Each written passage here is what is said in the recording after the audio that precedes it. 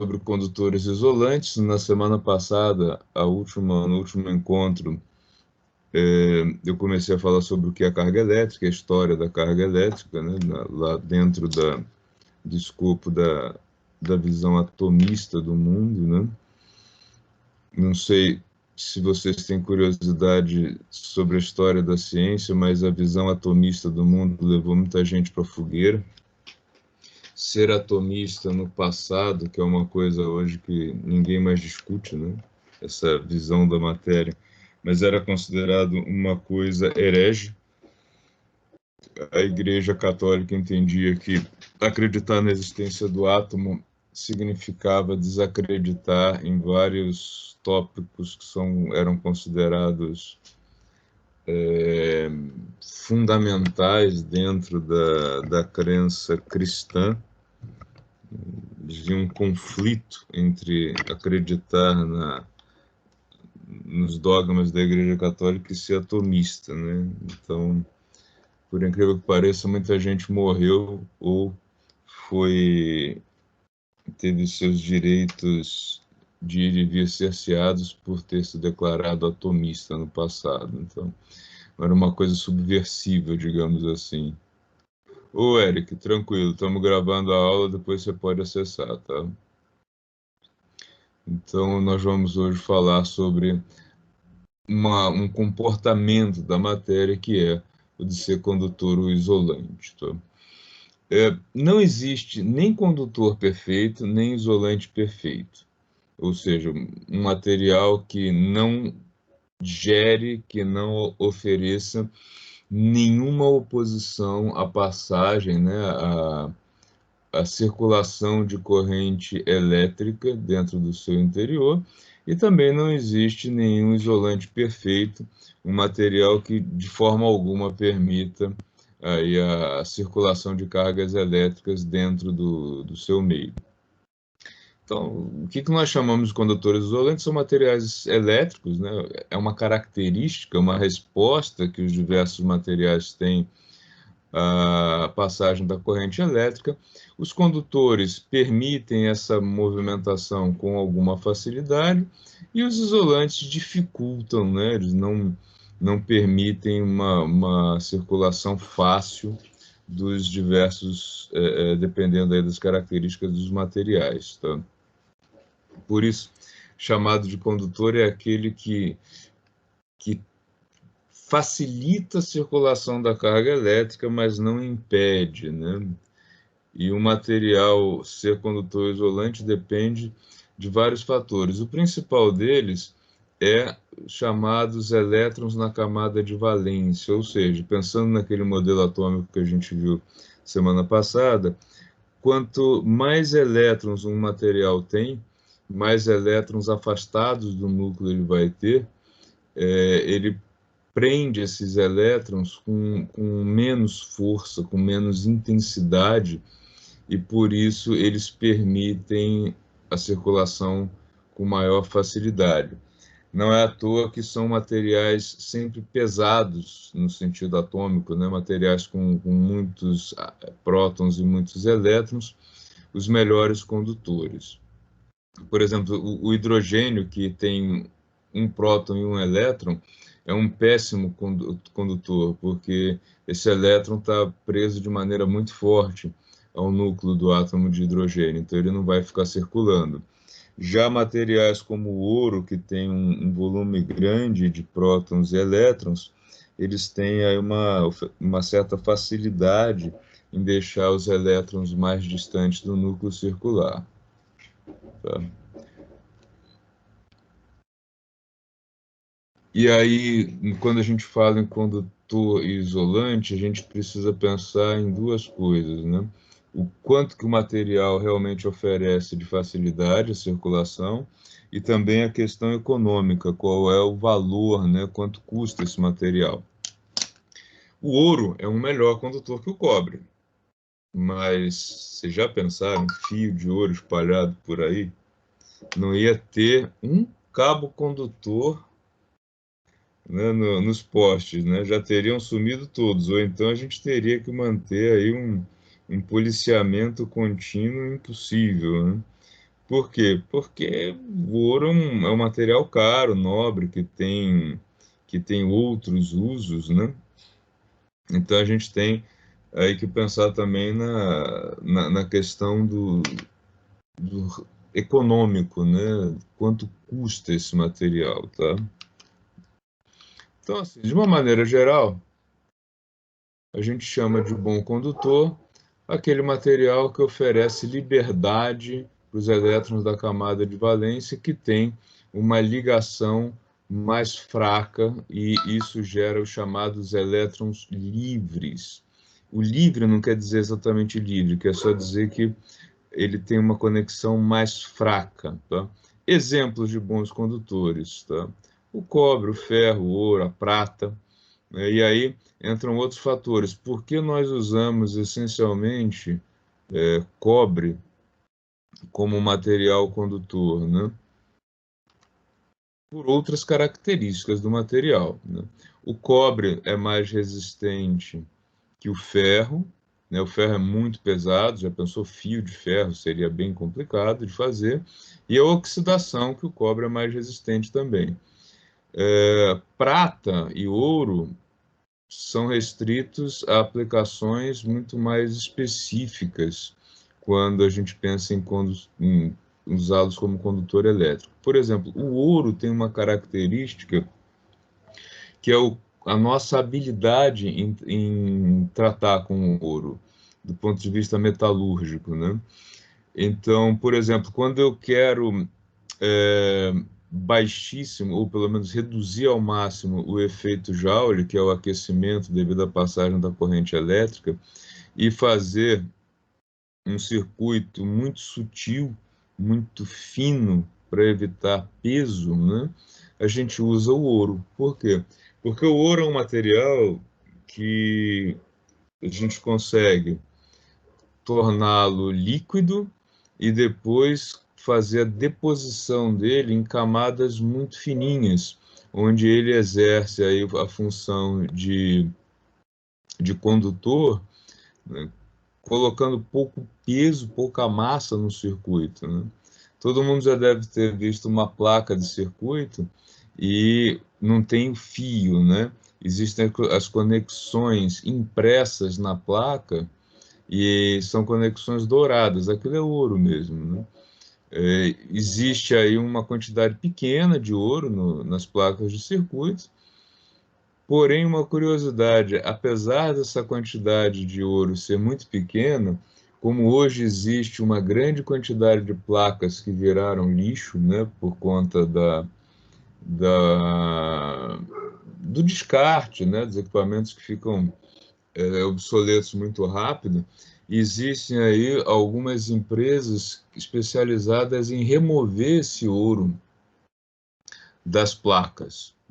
E isso é feito da maneira mais eficiente conhecida hoje, é remoção com tocha de plasma, né? Porque você vai evaporar de novo o ouro, mas economicamente ainda é muito complicado isso. Você precisa de um volume muito grande de placas para ter uma quantidade de ouro que compense todo o investimento nesse sistema a plasma para fazer a remoção. Tá?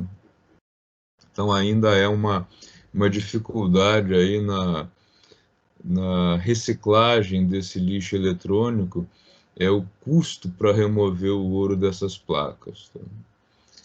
Alguma pergunta até aqui, gente? Podem ficar à vontade de interromper, viu? Bom. Os condutores, normalmente a gente tem ideia dos condutores sólidos, né? É, digamos que a nossa experiência cotidiana é de ver fios, né? Então, pensar nos condutores sólidos, que normalmente são os metálicos. Mas também é possível usar condutores no estado líquido e condutores no estado gasoso, tá? No estado líquido, como é que funciona, né? A gente tem os condutores eletrolíticos. A gente não vê, mas usa, né? Está nas baterias, está nas pilhas, né? Todos eles têm lá materiais que têm óleo ou algum outro tipo de líquido, E neste líquido ficam aí as cargas positivas e negativas, chamadas de cátions, as positivas, e ânions, as negativas, né? E eles têm movimentações em sentidos opostos. Isso acontece dentro das pilhas que a gente usa. Pilha comum, né? 2A, 3A, elas têm lá dentro delas materiais com essa característica, que é um condutor líquido. E também temos ainda os condutores no estado gasoso, que também tem como característica aí os cátions e ânions, né? E eles funcionam baseado no choque entre essas cargas elétricas, porque ocorre aí um deslocamento de cargas elétricas dentro de um meio gasoso, onde a gente pode ver, é difícil, né, falar em ver, porque a gente não enxerga isso acontecendo, mas onde isso ocorre? Nas lâmpadas fluorescentes, né? O que tem dentro daquelas lâmpadas são gases que têm característica de dar passagem aos cátions e ânions, e é usando essa tecnologia que essas lâmpadas fluorescentes geram energia luminosa, né? Quando você liga uma lâmpada desse tipo, começa a ocorrer um movimento de cátions e ânions dentro de um gás que está ali no interior do tubo da lâmpada, e esses caras se chocam com as moléculas do gás na medida em que eles circulam dentro do tubo, e é devido a esse choque que a energia luminosa é gerada e a lâmpada funciona, tá? Os isolantes. Tecnicamente, a gente usa pouco o termo isolante, tá? O termo mais usado é dielétrico, tá? Característica deles, poucos elétrons livres, né? São elétrons fortemente ligados ao núcleo e, por isso, uma grande dificuldade em circular. Exemplos mais comuns, a borracha, o isopor, lã, madeira, plástico, o papel, né? O vácuo, claro, a ausência de carga elétrica, e o vidro também. Os mais usados, plástico, né? É um material barato, de fácil manuseio. O fato dele ser barato, de fácil manuseio, faz com que ele seja um problema ambiental. Mas a grande maioria dos fios que a gente tem contato no dia a dia, né, nos nossos equipamentos eletroeletrônicos domésticos, os fios eles estão com isolamento em plástico.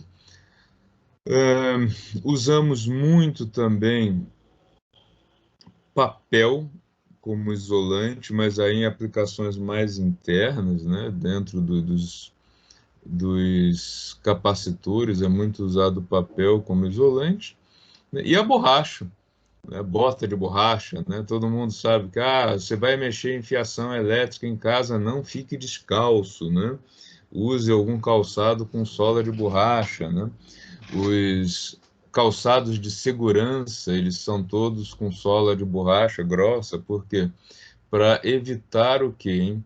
Por que a gente deve usar um calçado de borracha quando vai trabalhar com energia elétrica? Vamos lá, alguém sabe responder? Por que o calçado de borracha é importante?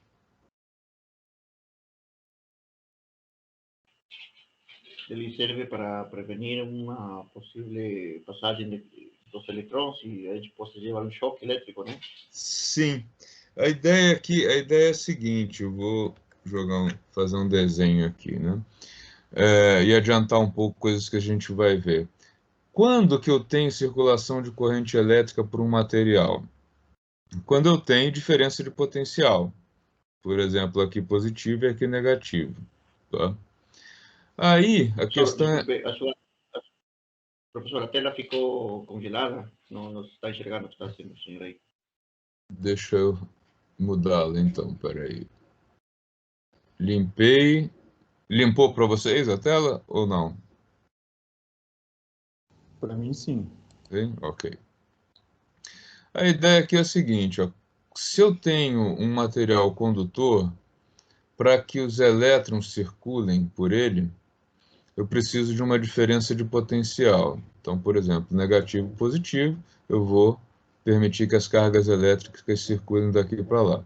Se eu coloco aqui no meio um material isolante, eu bloqueio isso aqui e não vai ocorrer essa passagem. Aí vamos pensar agora no ser humano, né? Você vai mexer em algum equipamento que Professor, tenha... Oi, a minha tela não saiu do slide também, não. eu acho que vocês precisam dar um F5, Tá bom. tá bom? Para Ah, já mudar. mudou. Às vezes existe um delay nessa mudança de tela e o F5 ajuda a... Então, olha só, você vai mexer nesse equipamento, tá? E aí, você está com os pés no chão. Vou botar um braço comprido aqui do eletricista. O que que acontece? A Terra tem uma capacidade infinita de absorver e de ceder cargas elétricas. O nosso corpo, tá? Ele tem líquidos, nós temos muito líquido no corpo, e esses líquidos com sais minerais, né? Tanto é que quando a gente começa a suar muito, o suor é salgado, o cachorro adora lamber a gente suando por causa disso, né? Esses sais, o que que eles têm? Muitos pares, carga positiva, carga negativa, que podem se dissociar facilmente, tá? Então, nós conseguimos dar passagem à corrente elétrica. Se você não estiver isolado do chão, e a Terra está aqui generosa com cargas positivas, com cargas negativas, desculpa, o que que pode acontecer? Tanto a Terra pode receber elétrons, quanto a Terra pode ceder elétrons. Ela faz as duas coisas com muita facilidade. E aí, se por acaso houver uma sobra ou excesso de carga elétrica aqui onde você está mexendo, a Terra ela vai fazer o quê? Se aqui faltar carga negativa, a Terra vai mandar a carga negativa para cá. Se sobrar, ela vai absorver. E o condutor é o cara que está mexendo aqui. Então, se você colocar um calçado de borracha, um isolante, você vai impedir essa informação e daí você não vai ser o condutor deste excesso ou ausência de cargas negativas, tá? Então é por isso que vou voltar agora para o slide, que é muito importante que sempre que a pessoa for mexer em qualquer coisa da parte elétrica, que ele tenha pelo menos uma Havaianas, tá? Se estiver dentro de casa, não tiver nenhum calçado de segurança, pelo menos use uma Havaiana. E mais um detalhe, eletricistas não gostam de escadas que não sejam de madeira. Tá? O motivo também é simples. O eletricista, para eles, aquela escada levinha de alumínio, ela não é muito boa, coloca eles em algum risco, porque como o alumínio é um ótimo condutor de cargas elétricas, mesmo o eletricista estando com equipamento de segurança, com a bota de borracha, ele corre sério risco de estar em cima de um condutor, né? Então, os eletricistas preferem o esforço de carregar a pesada escada de madeira, mas é muito mais segura para eles, né? Porque senão ele fica em contato aí com o condutor enquanto está trabalhando com eletricidade, o que é muito perigoso, tá? Um tipo de material que entrou na nossa vida há algumas décadas são os chamados semicondutores. Tá? Um semicondutor é um material que ele pode se comportar como um condutor ou como um isolante, dependendo das condições. E aí, para entender um pouco mais isso, a gente precisa pensar lá naquele modelo atômico da aula passada, né? Várias vezes eu vou me reportar a ele como alguma coisa para vocês pensarem em como funciona. Tá? O exemplo, os semicondutores mais comuns e mais usados são o silício e o germânio. No passado, o germânio foi mais usado que o silício. Hoje em dia a gente vive no império do silício. Inclusive, vocês têm aí o Vale do Silício, né? Um termo que os americanos usam para falar da região americana que abriga as empresas mais ligadas à área tecnológica. O germânio, ele tem um problema complicado para ser usado, porque ele tem propriedades que variam muito com variações grandes de temperatura, né? Então, os primeiros semicondutores usados eram de germânio e foram equipamentos criados na Europa. Quando esses equipamentos começaram a ser enviados para países com variação de temperatura diária mais alta, como o nosso, os equipamentos não funcionavam muito bem. Por exemplo, aqueles rádios que ficavam saindo de sintonia, né? O sujeito começava a ouvir o rádio, daqui a pouco eles, do nada, sem ter nenhuma mudança no local, no ambiente, ele simplesmente deixava de sintonizar a rádio. Isso era um problema do germânio tendo propriedades alteradas pela mudança brusca de temperatura, né? Então, hoje, praticamente 100% silício. E como que esse material funciona? Curiosidades. O silício, in natura, ele é um isolante. Mas eu posso controlar ele para algumas aplicações práticas e muito comuns hoje, dopando ele. O termo dopagem vem de inserir outros materiais de maneira controlada no silício. E o silício é mais fácil de dopar que o germânio, por questões práticas, né? Então, o que é o semicondutor que está presente aí em todos os equipamentos eletroeletrônicos que nós usamos hoje, né? Que é a base, inclusive, do que se faz no circuito integrado. É um material, é o silício, dopado com outros materiais que vão fazer com que ele se torne um bom condutor. E eu controlo o quanto que esse material vai ser condutor. Por isso são chamados aí semicondutores. Os supercondutores, que ainda não são parte do nosso dia a dia, por conta do custo, né, e das condições. Característica do supercondutor: todos os condutores, eles oferecem alguma resistência à passagem das cargas. E isso se traduz em um certo aquecimento do material, o que pode ser um problema. Por exemplo, um dos maiores problemas nos equipamentos modernos, como celulares, notebooks, etc., é o aquecimento. Eles esquentam bastante na medida em que vão sendo usados, porque mesmo os bons condutores que tem dentro deles, como o ouro, o próprio silício, eles têm como efeito, né, da passagem da corrente elétrica a geração de calor, e esse calor pode danificar os circuitos e tem uma perda de eficiência grande no funcionamento desses aparelhos por isso. Isso é chamado de efeito Joule. Os supercondutores, eles têm uma redução muito, muito grande desse problema do aquecimento. Porém, o custo ainda é alto demais para aplicações comerciais práticas.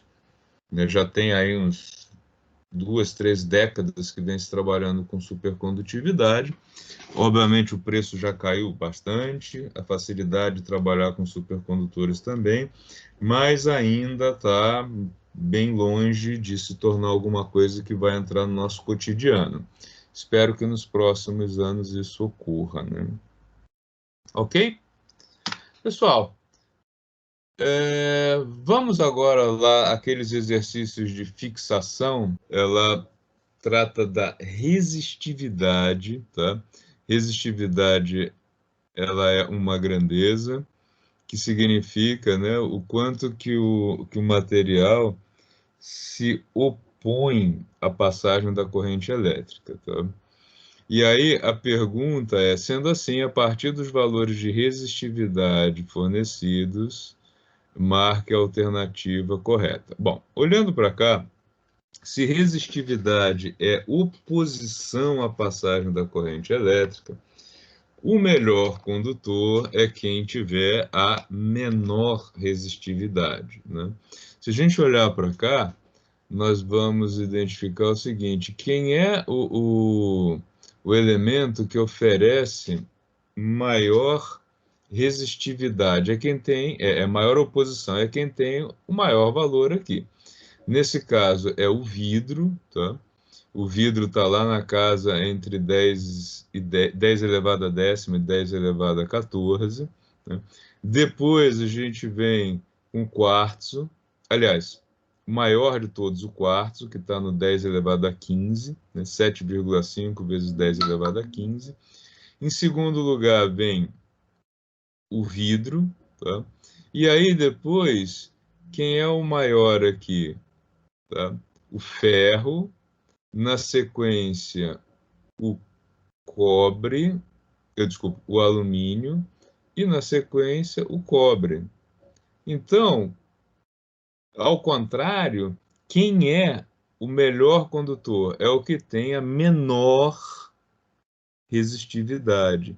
E a menor resistividade, quem tem é o cobre, porque ó, é 1,7 vezes 10 elevado a menos 8. Tá? Então, o ferro é melhor condutor que o cobre? Não. O ferro é 1 vezes 10 a menos 7. Cuidado com esse número. Ó. É 0,00070 zeros. Né? E aqui tem 8 zeros. Então, isso não é verdade. O vidro é o que apresenta a maior resistência à passagem da corrente elétrica? Não, porque ó, o vidro está com a resistividade entre 10 elevado a décima e 10 elevado a 14. E o quartzo está lá no 10 elevado a 15, então é 10 vezes maior. Tá? Por ser excelente condutor, o quartzo é muito utilizado na fabricação de relógios. Ó. O quartzo é muito utilizado na fabricação de relógios, mas ao contrário, né? Porque ele não é um bom condutor. Tá? O cobre é o melhor condutor apresentado? Sim, porque é o que tem a menor resistividade, tá? E aí o alumínio tem a condutividade maior que a do cobre? Não, o alumínio tem a resistividade maior que a do cobre, né?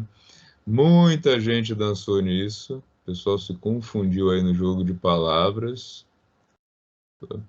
Mas a maioria acertou. 12 respostas, ok. 2 aqui fora. Até não, o resultado foi bem homogêneo, viu? Mas na primeira versão disso aqui, aquela que eu apaguei, muita gente tinha errado. Então, ótimo. Significa que depois da aula melhorou aí a atenção de vocês no jogo de palavras. Alguém ficou com dúvida ainda com relação a isso, gente?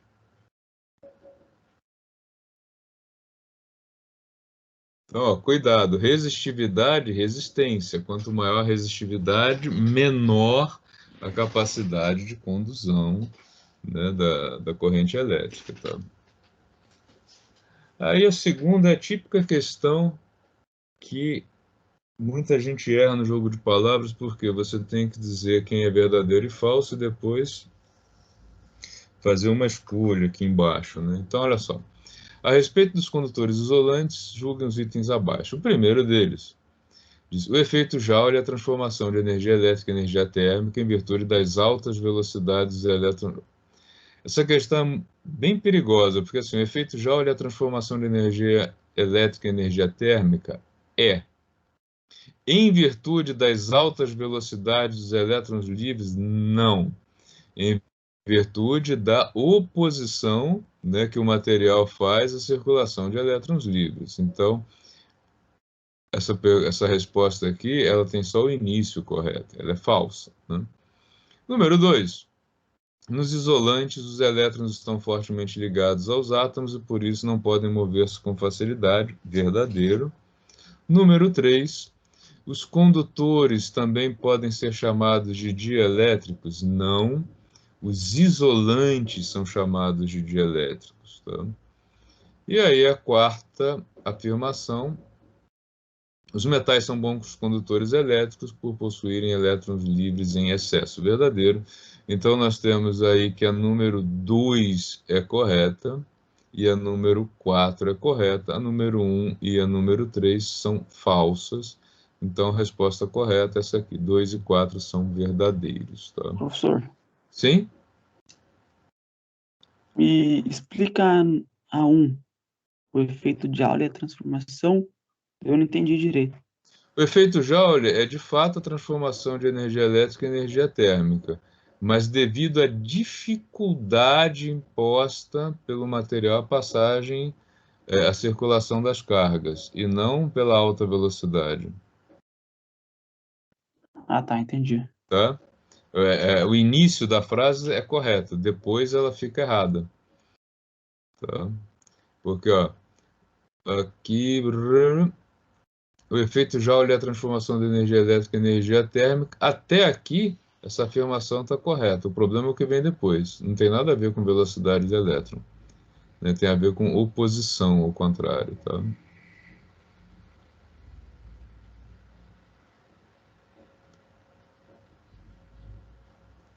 Todo mundo acertou. Ótimo. Também tinha bastante erro na primeira versão do exercício. Legal.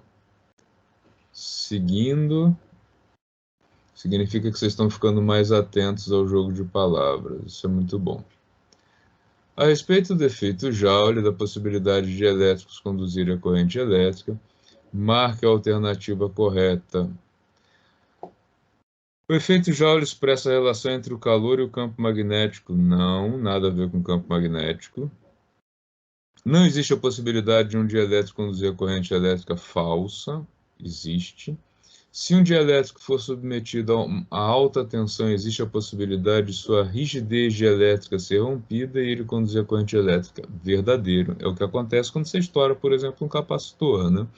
Ele foi submetido a uma tensão muito alta e aí o dielétrico deixou de funcionar como dielétrico e passou a conduzir corrente elétrica. Tá? O fenômeno dos raios é possível porque nuvens atritam-se gerando eletricidade estática e os elétrons em excesso aproveitam a alta condutividade do ar e vêm até a Terra. Eletricidade estática não é verdade, o atrito é verdade e a alta condutividade do ar não é verdade. O ar não é um bom condutor. Número 5. O calor gerado pelo efeito Joule ocorre porque elétrons livres que formam a corrente elétrica apresentam alta velocidade. Gente, não tem nada a ver com alta velocidade, tá? O efeito Joule. Aliás, a velocidade de circulação dos elétrons, ele tem pouquíssimo impacto na maioria das coisas que a gente vai estudar aqui. Então, a única resposta correta era essa, que o dielétrico ele tem um limite mesmo, pelo qual ele se mantém como dielétrico, né? Dependendo da diferença de potencial a qual ele é submetido. 9 pessoas acertaram. Esse aqui, que não existe a possibilidade deles conduzir, cuidado, existe um limite, sim. Todo isolante pode ser rompido. Tá? E aqui o calor gerado pelo efeito Joule não tem nada a ver com a questão da velocidade, tá? Fixem isso, tá?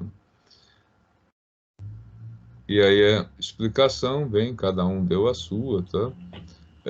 A explicação aqui é simples, né? Qualquer dielétrico tem elétrons, né?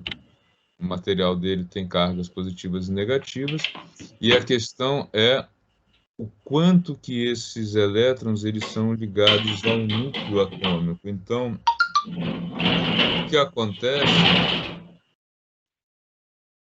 é que quando você tem, tá, lá dentro da estrutura atômica, você tem um núcleo atômico formado de prótons e nêutrons, e você tem os elétrons circulando em torno, tá?